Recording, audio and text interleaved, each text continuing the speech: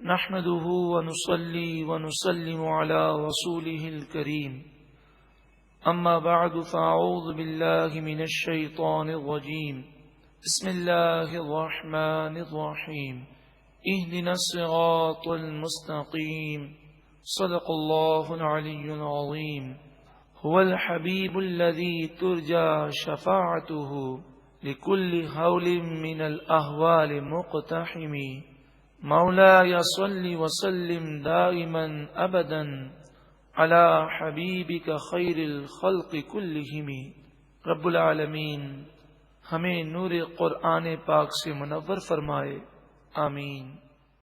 ارشاد فرمایا مثل الذین ينفقون اموالهم فی سبیل اللہ، ان لوگوں کی مثال جو اپنا مال اللہ کے راستے میں خرچ کرتے ہیں، کمثل حبۃ، ان کی مثال ایک دانے جیسی ہے، انبتت سبع سنابل، وہ ایک دانہ 7 بالیاں 7 بالیاں اگاتا ہے، فی کل سنبلۃ 100 حبہ، ہر ایک بالی میں 100 دانے ہوتے ہیں۔ ایک دانہ آپ زمین میں بوتے ہیں تو اس سے ایک گندم کا پودا نکلتا ہے، اور جس پر گندم کے دانے لگتے ہیں اسے بالی کہتے ہیں۔ ایک دانہ آپ نے خاک میں ملایا تو اس سے ایک پودا نکلا جس میں 7 بالیاں ہیں اور ہر بالی میں 100 دانے ہیں، ایک کے بدلے آپ کو 700 عطا کیے گئے۔ یہاں پر ایک مثال سمجھائی گئی کہ جس طرح ہم ایک دانہ زمین میں بو دیتے ہیں، بظاہر ایسا محسوس ہوتا ہے یہ دانہ فنا ہو گیا، زمین کے اندر چلا گیا، مگر اس کا ثمرہ، اس کا پھل ایک کے بدلے 700 میں ملتا ہے۔ کوئی اللہ کی راہ میں جب خرچ کرتا ہے تو بظاہر یہ محسوس ہوتا ہے کہ میں نے 1 روپیہ اللہ کی راہ میں دیا، وہ 1 روپیہ مجھ سے چلا گیا، لیکن اس ایک کے بدلے میں اللہ تعالی 700 عطا فرماتا ہے۔ جیسا اخلاص ایک کے بدلے میں 10 سے لے کر 700 تک دیا جاتا ہے۔ واللہ یضاعف لمن یشاء، اور اللہ جس کے لیے چاہے اس کے لیے اور بڑھا دے۔ کچھ 700 میں اللہ کی رحمت منحصر نہیں ہے، وہ جسے چاہے 700 عطا فرمائے اور جسے چاہے اس سے زیادہ عطا فرمائے۔ واللہ واسع علیم، اور اللہ وسعت والا، علم والا ہے۔ الذین ينفقون اموالهم فی سبیل اللہ، وہ لوگ جو اپنا مال اللہ کے راستے میں خرچ کرتے ہیں، ثم پھر لا یتبعون ما انفقوا منا ولا اذى، اللہ کی راہ میں خرچ کرتے ہیں، پھر خرچ کرنے کے بعد احسان نہیں جتلاتے اور کسی کو ستاتے نہیں ہیں، تکلیف نہیں دیتے، ان لوگوں کے لیے یہ فضیلت بیان ہوئی۔ لہم اجرہم عند ربہم، ان کے لیے ان کا اجر ہے ان کے رب کے پاس۔ ولا خوف علیہم ولا ہم یحزنون، ان پر نہ کوئی خوف ہوگا اور نہ وہ غمگین ہوں گے۔ بعض لوگوں کی عادت ہوتی ہے کہ جب کسی کی مدد کر لیتے ہیں تو پھر جب دیکھو احسان جتلاتے رہتے ہیں، سناتے رہتے ہیں، بسا اوقات وہ طنزیہ جملے بھی کہہ دیتے ہیں جس سے سامنے والے کی عزت مجروح ہوتی ہے، اس کی دل آزاری ہوتی ہے۔ قرآن مجید فرقان حمید نے ایک اصول بیان کیا، ارشاد فرمایا قول معروف، اچھی بات کہہ دینا، ومغفرۃ، اور معافی مانگ لینا، خیر من صدقۃ، اس صدقے سے بہتر ہے، یتبعها اذی، کہ جس کے بعد ستانا ہو۔ یعنی کوئی آپ سے مانگنے کے لیے آتا ہے، آپ کا عزیز ہے، رشتہ دار ہے، آپ سمجھتے ہیں کہ وہ ضرورت مند ہے، لیکن آپ اس سے معذرت کر لیتے ہیں۔ قرآن مجید فرقان حمید نے فرمایا یہ اس سے بہتر ہے کہ صدقہ دینے کے بعد، خیرات کرنے کے بعد اس کو ستایا جائے، تانے دیے جائیں، اس سے بہتر یہ ہے کہ بندہ اس سے معافی مانگ لے۔ اس سمجھانے کے لیے عرض کیا گیا انسان کو چاہیے کہ وہ اللہ کی راہ میں صدقہ بھی دے، خیرات بھی کرے، اور اپنی نمازیں اور اپنی عبادتیں ضائع نہ کرے۔ اب اگر کسی سے کہا جائے کہ ریاکاری نماز میں نہ کرو، تو اس کا ہرگز یہ مطلب نہیں ہوتا کہ نماز ہی چھوڑ دو، بلکہ اس کا مطلب یہ ہوتا ہے کہ نماز کی اصلاح کرو۔ اسی طرح صدقے کا بھی یہی حکم ہے۔ واللہ غنی حلیم، اور اللہ غنی ہے، کسی کا محتاج نہیں، حلیم ہے، حلم والا ہے، وہ تمہاری نافرمانیوں پر بھی گرفت فوراً نہیں فرماتا۔ دو باتیں یہاں پر مفسرین فرماتے ہیں۔ اگر تم صدقہ نہ دو گے تو اللہ تعالیٰ تمہارے صدقوں کا حاجت مند نہیں ہے، اور نہ اللہ تعالیٰ اس کا محتاج ہے، نعوذ باللہ من ذالک، کہ تم صدقہ دو گے تبھی ہی غریب کا پیٹ بھرے گا۔ وہ اگر چاہے تو تمہیں غریب کر دے اور اسے مالدار کر دے۔ وہ غنی ہے، حلیم ہے، اس کی ڈھیل سے عبرت حاصل کرو اور توبہ کر لو اس سے پہلے کہ وہ گرفت فرمائے۔ کہ اس وقت تم کنجوسی کرتے ہو اور تمہاری پکڑ نہیں ہوتی تو وہ حلیم ہے، وہ ڈھیل دیتا ہے، لیکن جب گرفت فرماتا ہے تو اس کی گرفت اور اس کے عذاب سے بچانے کی دنیا میں کسی کو طاقت نہیں۔ یا ایھا الذین آمنوا، اے ایمان والو، لا تبطلوا صدقاتکم بالمن والاذی، احسان جتلا کر اور ستا کر، تانے دے کر اپنی نیکی کو، اپنے صدقات کو ضائع مت کرو۔ کالذی، اس شخص کی طرح، ينفق مالہ رئاء الناس، جو اپنا مال لوگوں کو دکھانے کے لیے خرچ کرتا ہے، ریاکاری کرتا ہے۔ تو جس طرح ریاکار کا صدقہ ضائع چلا جاتا ہے، دکھاوے کی نیکی قبول نہیں ہوتی، ویسے ہی صدقہ کر کے، خیرات کر کے احسان جتلانا بھی صدقے کو ضائع کر دیتا ہے۔ ریاکاری کی آفت سے بچنا بھی ضروری ہے۔ اگر قرآن و حدیث کی مزید معلومات آپ حاصل کرنا چاہیں تو کیسٹ حاصل کریں، یہ کامیابی نہیں ناکامی ہے۔ ریاکار یہ سمجھتا ہے کہ لوگوں میں میری واہ واہ ہو گئی، میں کامیاب ہو گیا۔ قرآن و حدیث کی روشنی میں یہ ہمیں معلوم ہوتا ہے یہ کامیابی نہیں ناکامی ہے۔ وَلَا يُؤْمِنُ بِاللَّهِ وَالْيَوْمِ الْآخِرِ، اور وہ شخص اللہ اور آخرت کے دن پر ایمان نہیں رکھتا۔ تو جو شخص اللہ اور آخرت کے دن پر ایمان نہ رکھتا ہو، وہ اگر کسی غریب کی مدد کرے تو بتائیے اس کو ثواب ملے گا؟ نہیں ملے گا۔ ایسے ہی صدقہ کر کے احسان جتلانے والے کو بھی ثواب نہیں ملے گا۔ فَمَثَلُهُ، پس ایسے شخص کی مثال، کمثل صفوان، جیسے مثال ایک چکنے پتھر کی، چکنی چٹان کی، صفوان چکنا پتھر، چکنی چٹان، علیہ تراب، جس پر مٹی ہو، تراب مٹی، فاصابہ وابل، پھر اس پر تیز بارش گزرے۔ اب ذرا تصور کریں کہ پہاڑوں پر، وہ پہاڑ کہ جن کی چٹانیں چکنی ہیں، یہ چکنا پتھر ہے، اس کے اوپر اگر مٹی کا ڈھیر جم جائے اور کوئی اس پر اپنی فصل اگا دے، تیز بارش آئے گی تو مٹی بھی بہہ جائے گی اور اس کی فصل بھی بہہ جائے گی۔ فَتَرَكَهُ صَلْدًا، بس وہ تیز بارش آئی اور اس نے صلدا بنا دیا، یعنی اس پتھر کو دوبارہ چکنا کر دیا، ساری محنتیں ضائع ہو گئیں۔ لا يقدرون على شيء مما كسبوا، جو انہوں نے محنتیں کی اس سے انہوں نے کچھ نہ پایا، محنتیں ضائع ہو گئیں۔ ایسے ہی دکھلاوا کرنے والا محنت کرتا ہے لیکن اس کے عمل کا کوئی ثواب نہیں دیا جاتا۔ ایسے ہی صدقہ کرنے والا، خیرات کرنے والا جو احسان جتلا رہا ہے یا طنز و طعنے دے کر اس غریب کے دل کو دکھا رہا ہے، تو ایسا شخص اپنی محنت سے کوئی صلہ کل بروز قیامت نہیں پائے گا۔ اللہ تعالی ہم سب کو اخلاص کے ساتھ قربانی کرنے کی توفیق عطا فرمائے۔ اس میں بھی ریاکاری اور دکھلاوا بہت زیادہ ہوتا ہے۔ ہم کسی فرد مخصوص پر بدگمانی تو نہیں کر سکتے، لیکن ہمیں خود اپنے دل کا جائزہ لینا ہے کہ اگر ہم مہنگا جانور لے کر آتے ہیں اور اگر لوگ تعریف نہ کریں تو تعریف سننے کی اگر خواہش ہے اور دل میں یہ تمنا ہے کہ لوگ واہ واہ کریں تو پھر سمجھ جائیے کہ اس قربانی کی رقم ہماری ضائع ہو گئی۔ دل میں یہ تمنا نہیں ہونی چاہیے کہ لوگ واہ واہ کریں۔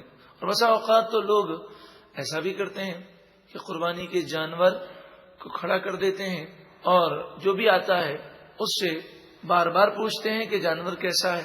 اب انما الاعمال بالنیات، اعمال کا دار و مدار نیتوں پر ہے، لیکن پوچھنے کی بسا اوقات یہ نیت بھی ہوتی ہے کہ تعریف سننے کی خواہش دل میں اچھل لگی ہوتی ہے.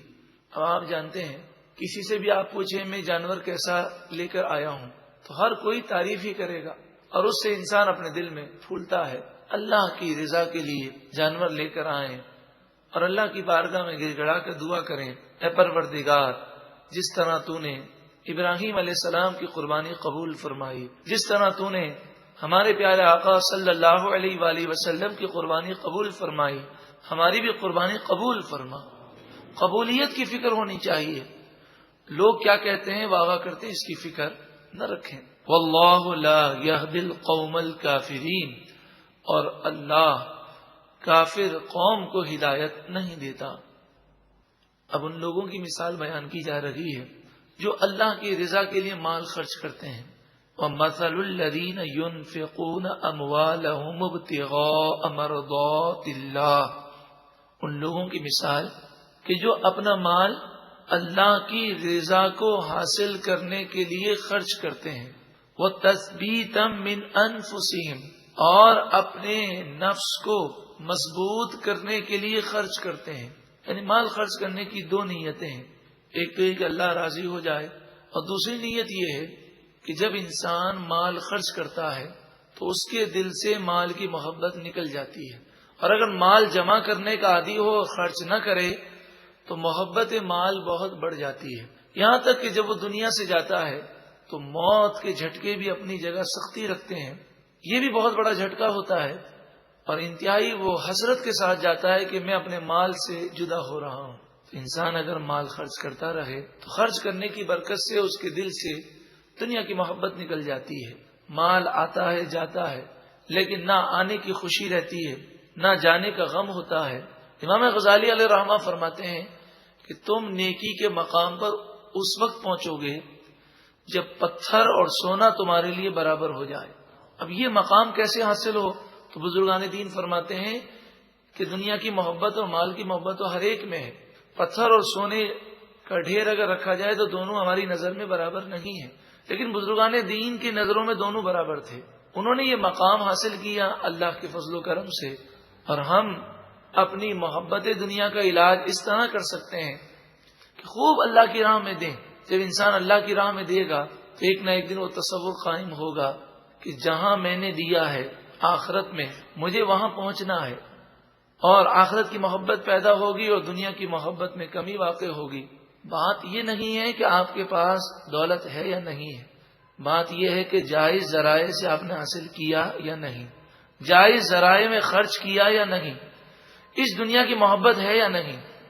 اگر دنیا کی محبت نہ ہو اور جائز ذرائع سے وہ حاصل کرے، جائز ذرائع میں خرچ کرے اور اللہ اور اس کے رسول کی فرما برداری میں کوئی کوتاہی نہ کرے تو وہ مال کوئی برا نہیں ہے.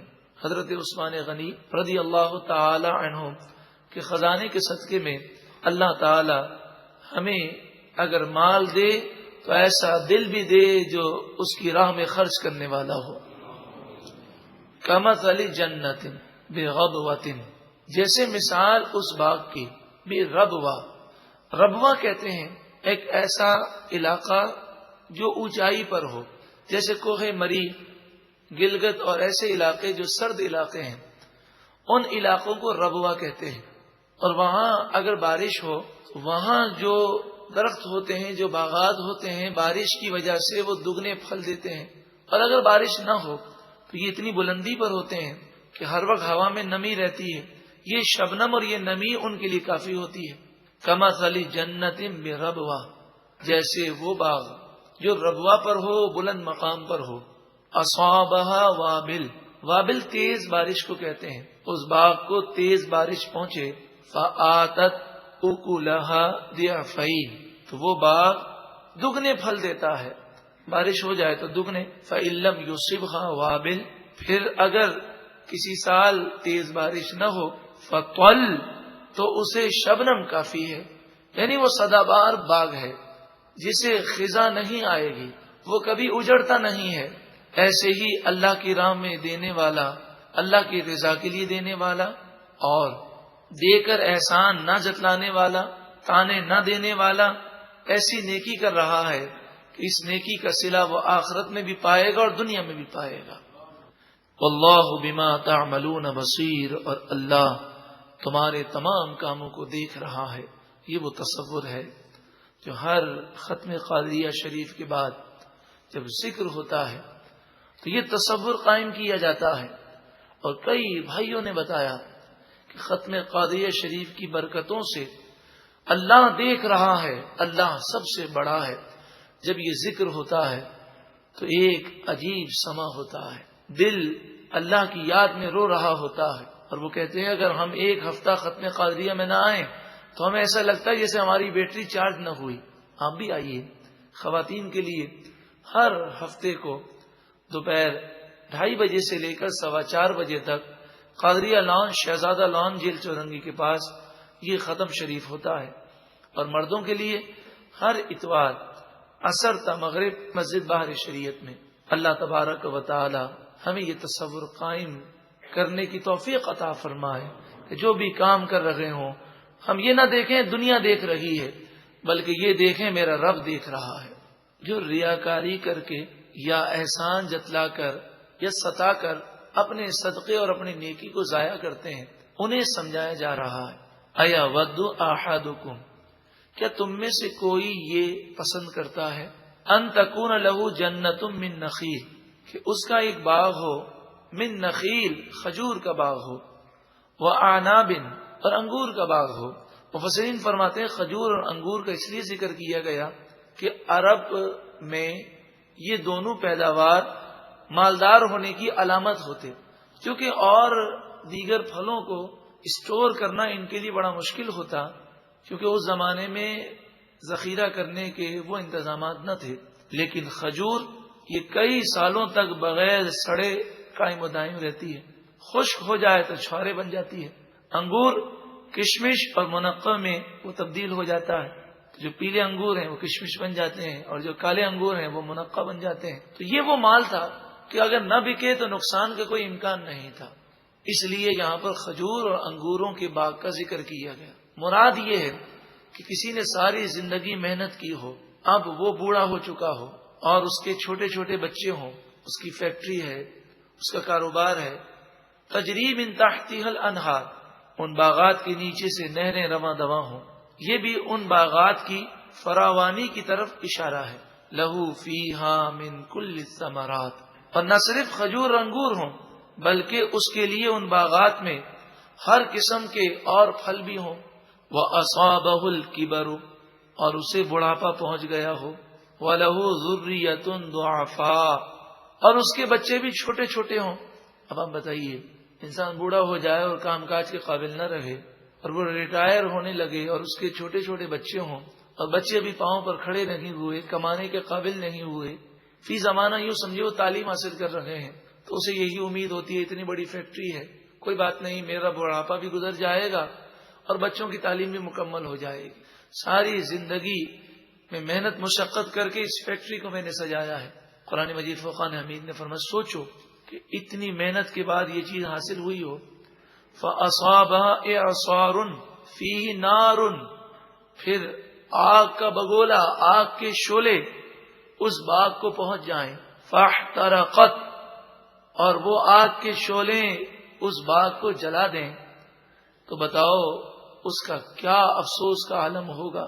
ساری زندگی نیکیاں کی، اب وہ وقت تھا بروز قیامت جب لوگ نفسی نفسی کر رہے ہیں، سورج 1.25 میل پر ہے، آگ برسا رہا ہے، زمین تانبے کی ہے، جسم پر لباس نہیں، لوگ پسینے میں ڈبکیاں کھا رہے ہیں، عرش الہی کے سائے کے علاوہ کوئی سایہ نہیں۔ اس وقت ایک امید تھی کہ میں نے نیکیاں کی ہیں، نامہ اعمال کھلے اور وہ دیکھے کہ اس کی نیکیوں کو ریاکاری نے تباہ کر دیا ہے، اس کے صدقے کو احسان جتلانے نے اور ستانے نے، طنز اور تانا کرنے نے تباہ کر دیا۔